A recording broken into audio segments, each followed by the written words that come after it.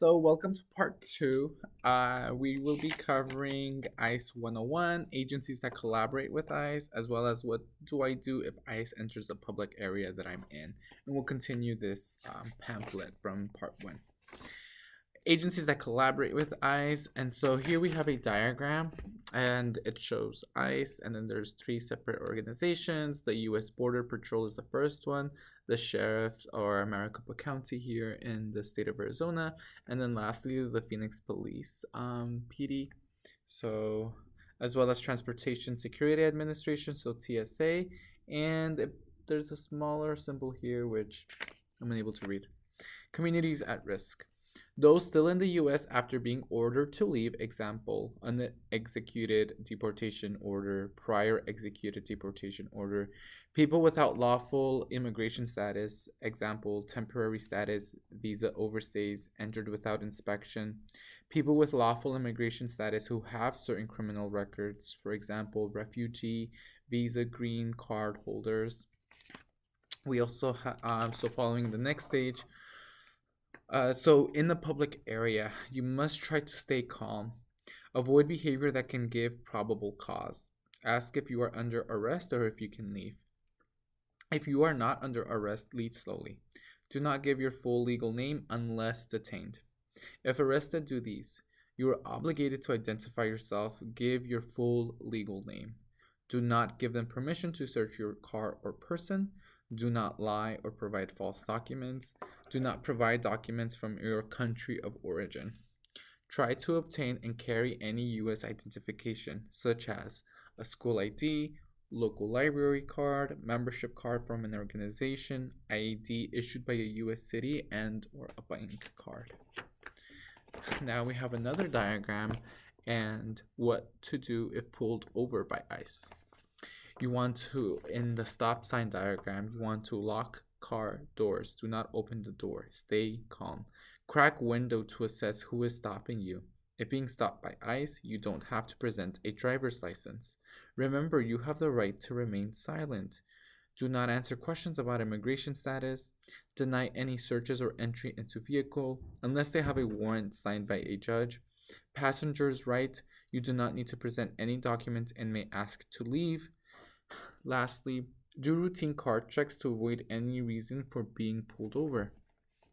When filming ICE or the police, do's. Stay calm and respectful. Make sure audio and video are on and ready to be used and shared in the cloud. Narrate the date, time, and place where the incident occurred, such as today is October 27th. I am in the classroom right now, and the time is 4:36 p.m. Get information about the officer's name, license plate or badge number, and agency. Don'ts. Do not interfere or obstruct the police. Do not lie or give false information or documents. Do not reveal the information of your loved ones or your own information to the agents. If you have been detained, you have the right to remain silent. Activate your family plan. Do not sign anything such as a voluntary departure or stipulated removal order without consulting a lawyer. Ask for an interpreter if you do not understand. Read all documents completely. If you do not understand or cannot read the documents, tell the agent that you need an interpreter. Request a lawyer and remember that you have the right to contact your consulate. Remember to provide your A number. You can request a bond hearing. Not everyone is eligible. You can make a phone call to a loved one to let them know where you are.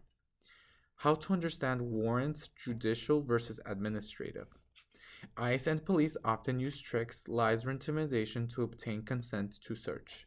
Only a judicial warrant grants ICE and the police ability to search a person, homes, belongings, or vehicle. Judicial warrant. Is it a court order? Is the information correct? Does it say your name? Check the date. It cannot be older than 14 days. Make sure it has been signed by a judge. Administrative warrant. It has been issued by ICE, not the court. Does not authorize an officer to enter a location without consent. We're going to turn the page for examples. So I have here the valid judicial order versus the invalid administrative order. Is the address correct on the top left side? It mentions United States District Court. Did they correctly name the person property they are looking for? Is it still valid? Remember that 14-day mark.